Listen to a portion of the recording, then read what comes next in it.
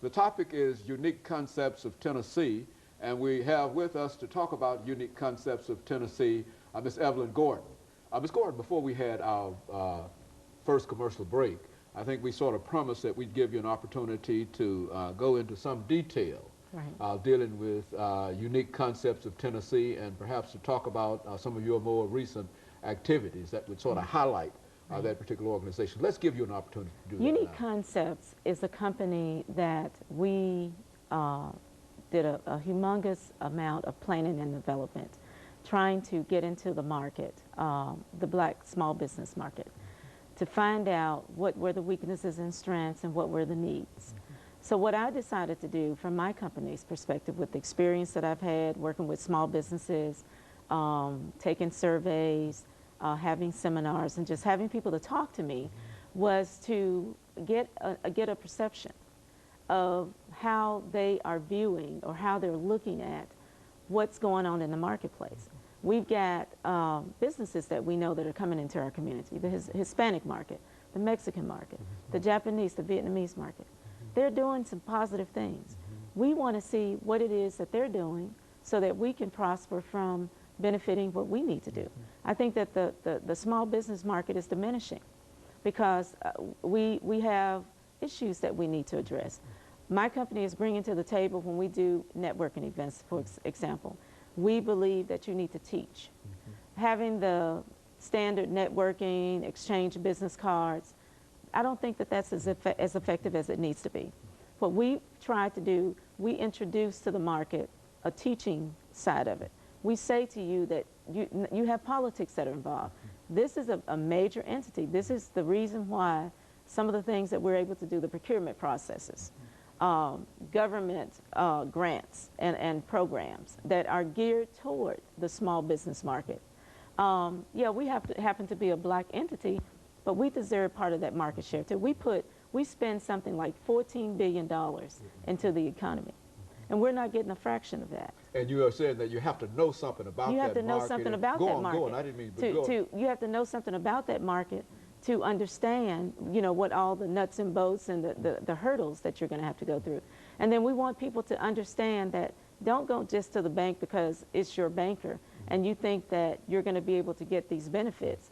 There is a big picture here. You need to know how to do loan packaging. You need to know what that bank's expectations are, because a lot of times we go to the bank and we get upset because we're not privileged to the information.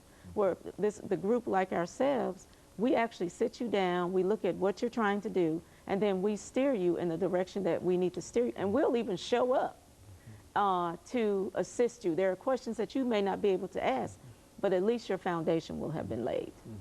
And so in a real sense, I think we know a number of activities that are geared really in a real sense of trying to bring African-American small businesses into the wider market. Right. But what you're saying here, Ms. Gordon, is that you believe that the teaching process, that is, unless these individuals are aware of the existence of these grants and other items that in many instances might be designed specifically, not necessarily because they are black businesses, but primarily because they are small businesses. And so if they don't know anything about that, and they only have an opportunity periodically, once a year, to come out to some kind of conference that will tell them about that, you're saying that there has to be something that bridges the gap between that one. Go on and talk about some of you mentioned some of the weaknesses that you find in terms of African-American business. Some of the weaknesses we find is that the businesses need to become a part more of the community. There are a lot of venues out here for information. What we're trying to do as a company, we want to open that up. The event that I had on yesterday basically put together a new group of people, totally different businesses. They came into an arena, they showed their wares, and then from that, we also had people from the mayor's office, people from the banking industry, people from any type of venue that I have gotten feedback from the business market, preferably the vendors, who wanted to know they wanted to know about different questions about, okay, how do I get my business started? How do I go about doing that? How do I go into the banking arena? how do I get training for my staff that I don't have the budget for to educate them? How do I get my business plan off the ground? That kinds of things. And it was really great. It was really great. And from that, we are holding hands. We're actually keeping people abreast of what's going on. We are in the process of planning events that'll go into the churches, because we think that that's another market, a huge market. I think that if we get through to the ministries, that they'll see that you've got a business. Everybody in this economy, whether you are a consumer or a business person, you contribute to the market share. I believe that when we educate, what about businesses? When you've got corporate America laying off every day, merging, positioning companies, small businesses don't do this. We have had a wonderful year of bottom line. We've not laid anyone off. I think that we need to empower that type of information to our markets. We need to let them see what role that you play. You play a major role. As a matter of fact, we play a bigger role in the economy than the corporate businesses. They have the layers of concerns that take care of whatever problems. We don't have that luxury. If we make a mistake, it surfaces. We're gone.